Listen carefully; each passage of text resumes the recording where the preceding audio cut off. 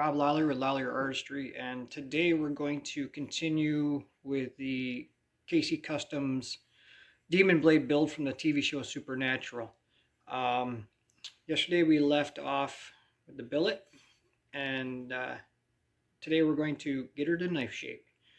Um, I'm going to use the angle grinder and get rid of all this scale. It's very hard, like hardened steel. So instead of taking over the belt grinder and demolishing belts, we'll get the hard stuff off first, and then go over and flatten her and make her look good and get her to shape, and maybe even heat treat later today, and make her a fully functional blade. So stay tuned. Follow me, follow Casey on both our builds, and we'll head over to the grinder and get started on that. We'll do some grinding, but I won't bore you getting you through all this. It's just, grind the scale off, get her down to pretty steel, and go from there.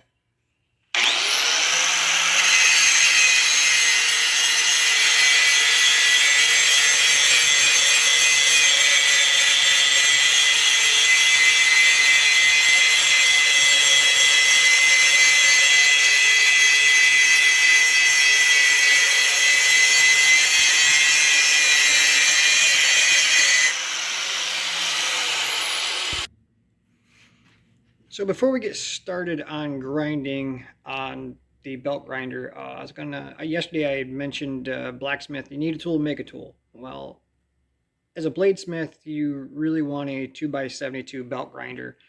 Putting the bevels in, flattening it out, making it into a blade shape.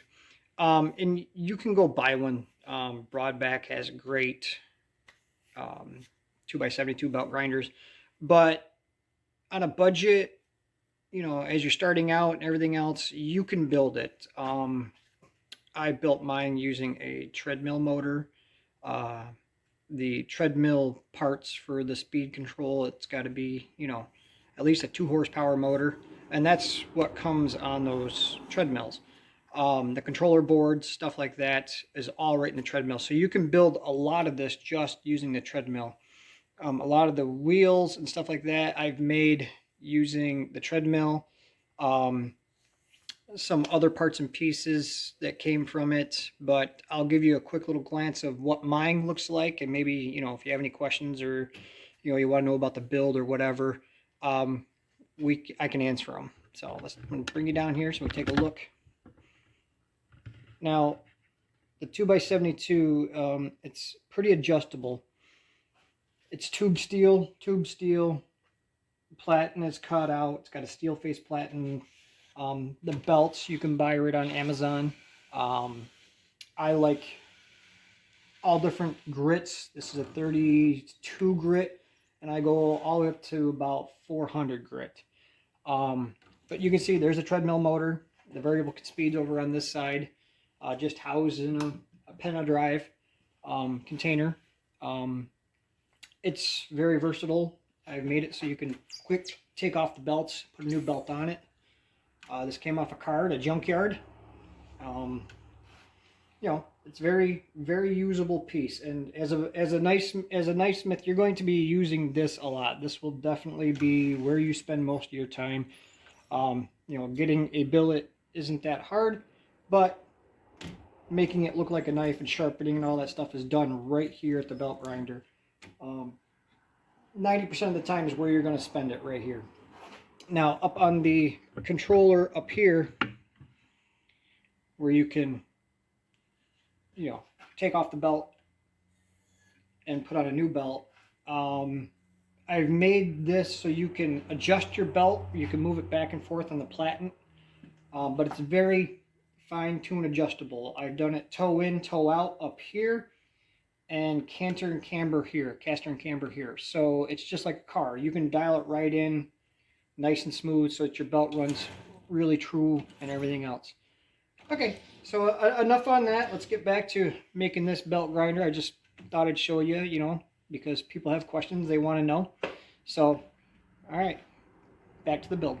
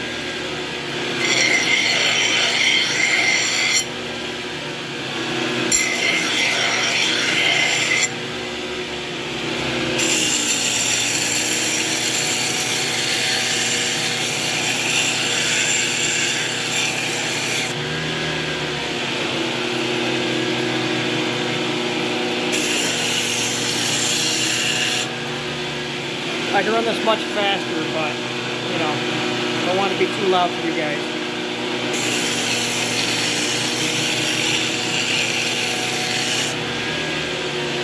You can see where I hammered in the bevels yesterday. I'm not touching that yet.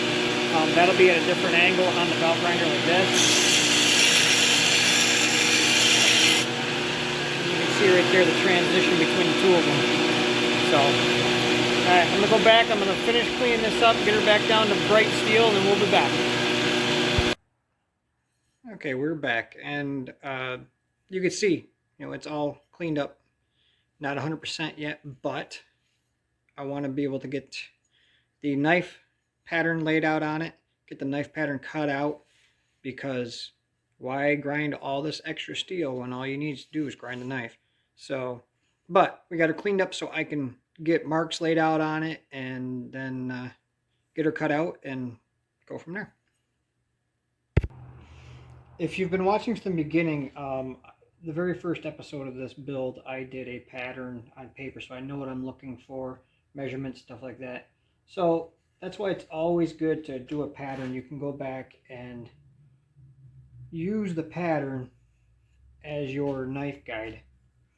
Now, I'm just getting this laid out. It's not going to be 100% perfect. We'll dial that in on the belt grinder. And, you know, the pattern is good to try to keep her as close as possible. I just want to mark where these teeth are so I know where to cut them in at. And then we'll get this cut out, and don't forget we got to add in our tang. Now with this, of course, the tang is not on it, but I do have the metal pattern that I made, so I know that that'll work. Just trace the tang out.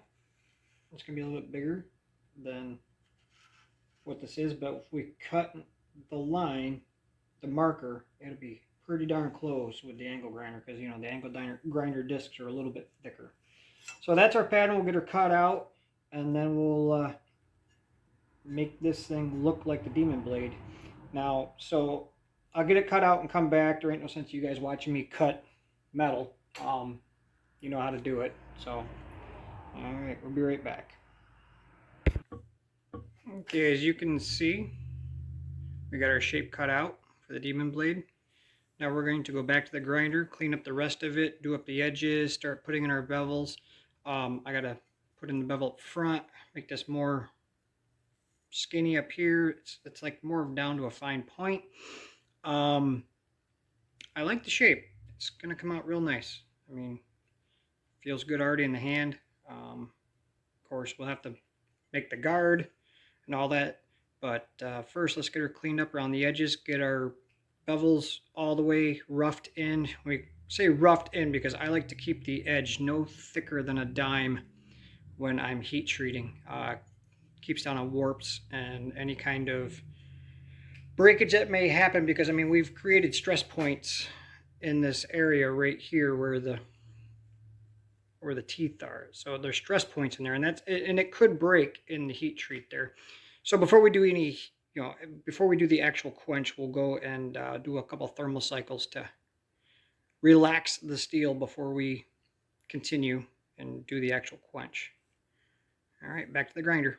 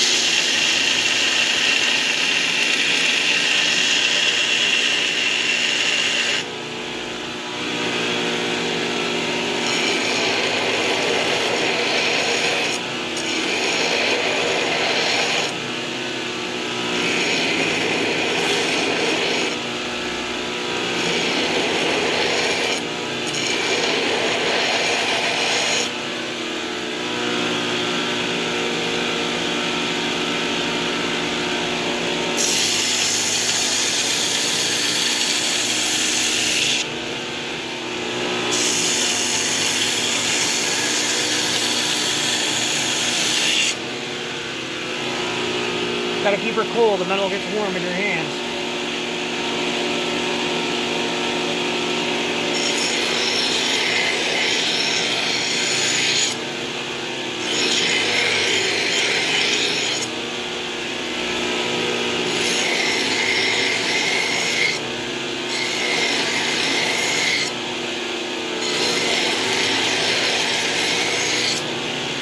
Try to grind both sides evenly as possible. That way it doesn't look wrong.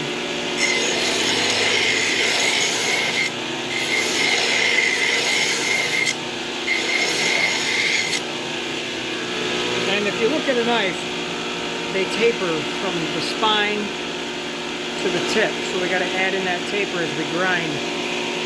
Basically, I spend more time on the front of the blade than I do back here.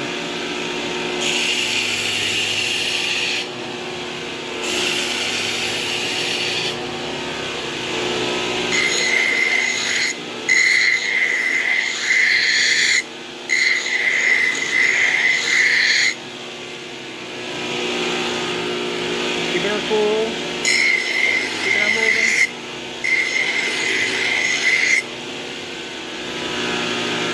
Let's get the front of these bevels in. Now, I start at like a 45. Bring the tip around. You can see already it's starting to move in. Right there's the edge I'm working on right now. It's hot, especially up toward the tip where you're working. Keep constant pressure on it.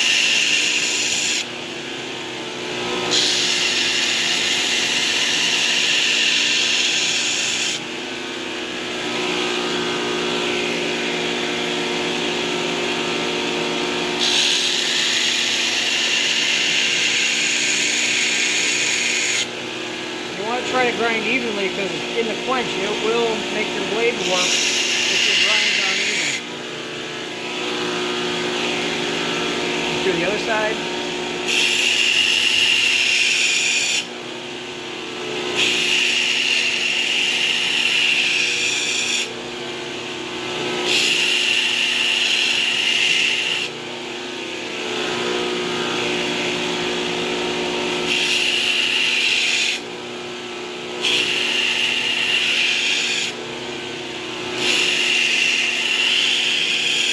These are just the rough bevels. We're gonna, after the quench, we'll definitely make her better. These are just to get the grinds in, so you're doing less grinding on a hard blade than you are a soft blade. This saves on your belts. We have heated this up, let her cool down so we annealed it. But once we harden it, it'll be very hard, so it'll be a lot harder to grind and go through a lot more belts that way.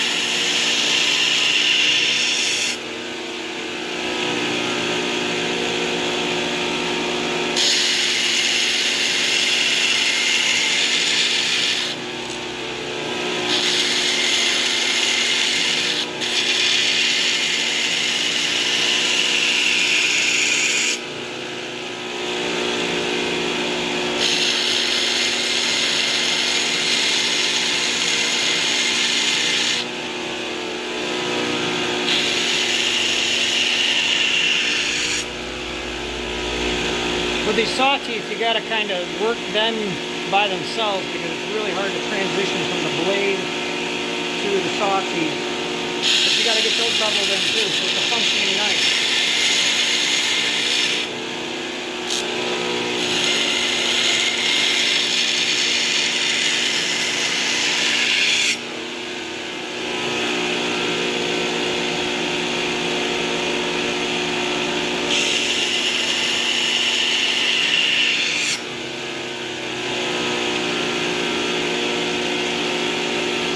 Work on the other side.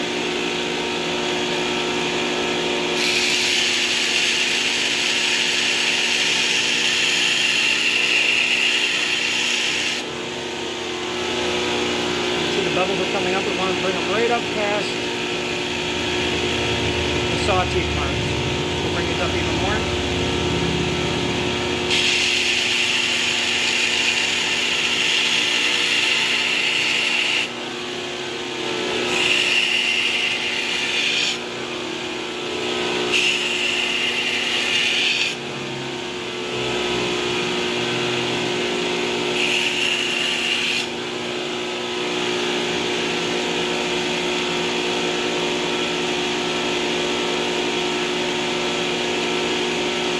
Good so far. Now, there's usually on the blade, there's a taper up front here too, and I always add that in last. I don't grind that first. It's just a preference of mine. That's the way I like it. It does a nice transition from here to there into the tip. So it's called like a false edge, but it takes some weight out of the blade, even though this isn't a very heavy blade. So we'll add those in now.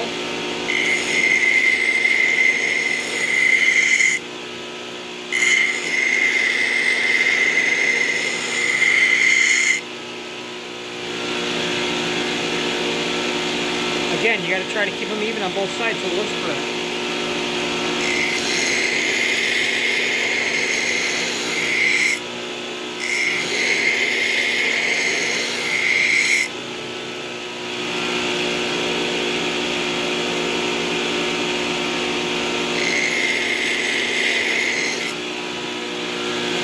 And you'll see it more pronounced once we get the final grind on it and everything else. There's a couple little spots here. We're not going to worry about it. Because we're not ready for a final grind yet. This is just getting it ready for heat treat.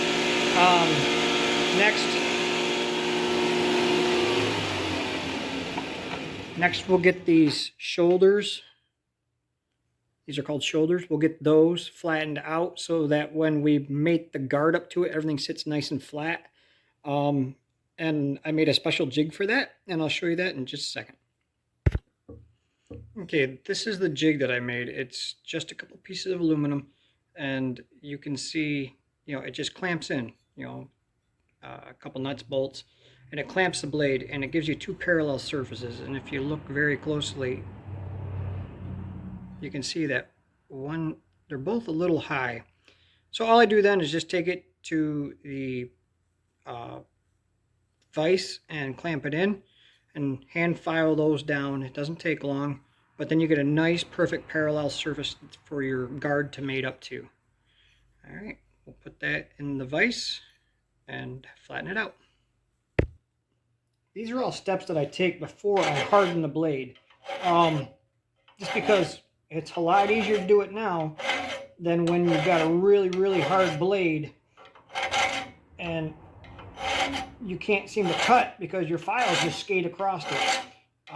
So now's the best time to do all this little work that needs to be done before the hardening. Get it done, get it out of the way, and then harden once you are ready. Once I start cutting into both sides of the aluminum, I kind of know I'm flat. I just take a peek. I'm a little high yet on this side. So we'll bring this down.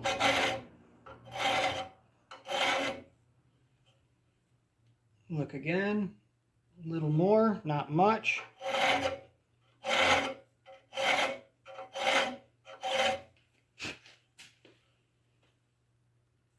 smidge right there on the edge. Couple swipes, and see, it just does not take long to get her dialed in, perfected.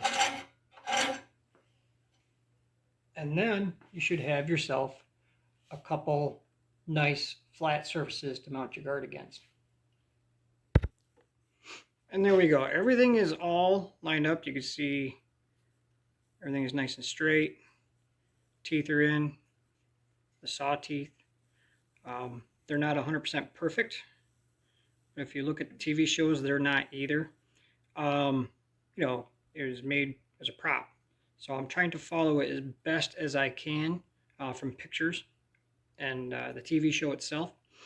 But I think that's going to do about do it for this episode. We've got a lot accomplished today. We got the blade to shape.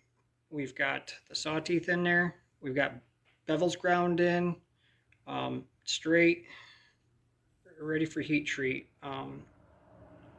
Tang is done.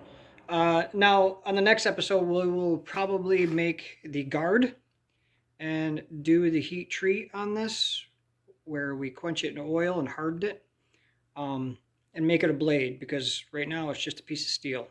Without it being hard, it's nothing more than a TV prop. So we'll make it a real functioning knife, and I'm liking the way it's coming out. And then we're getting close. Once this is done, I'll show you how I etch all my steel. Little cool tricks on that, on how to get your patterns in by electro etching. And yeah, so till next time, guys, stay tuned, like and subscribe, follow me and Casey as we build our projects together, and see you later.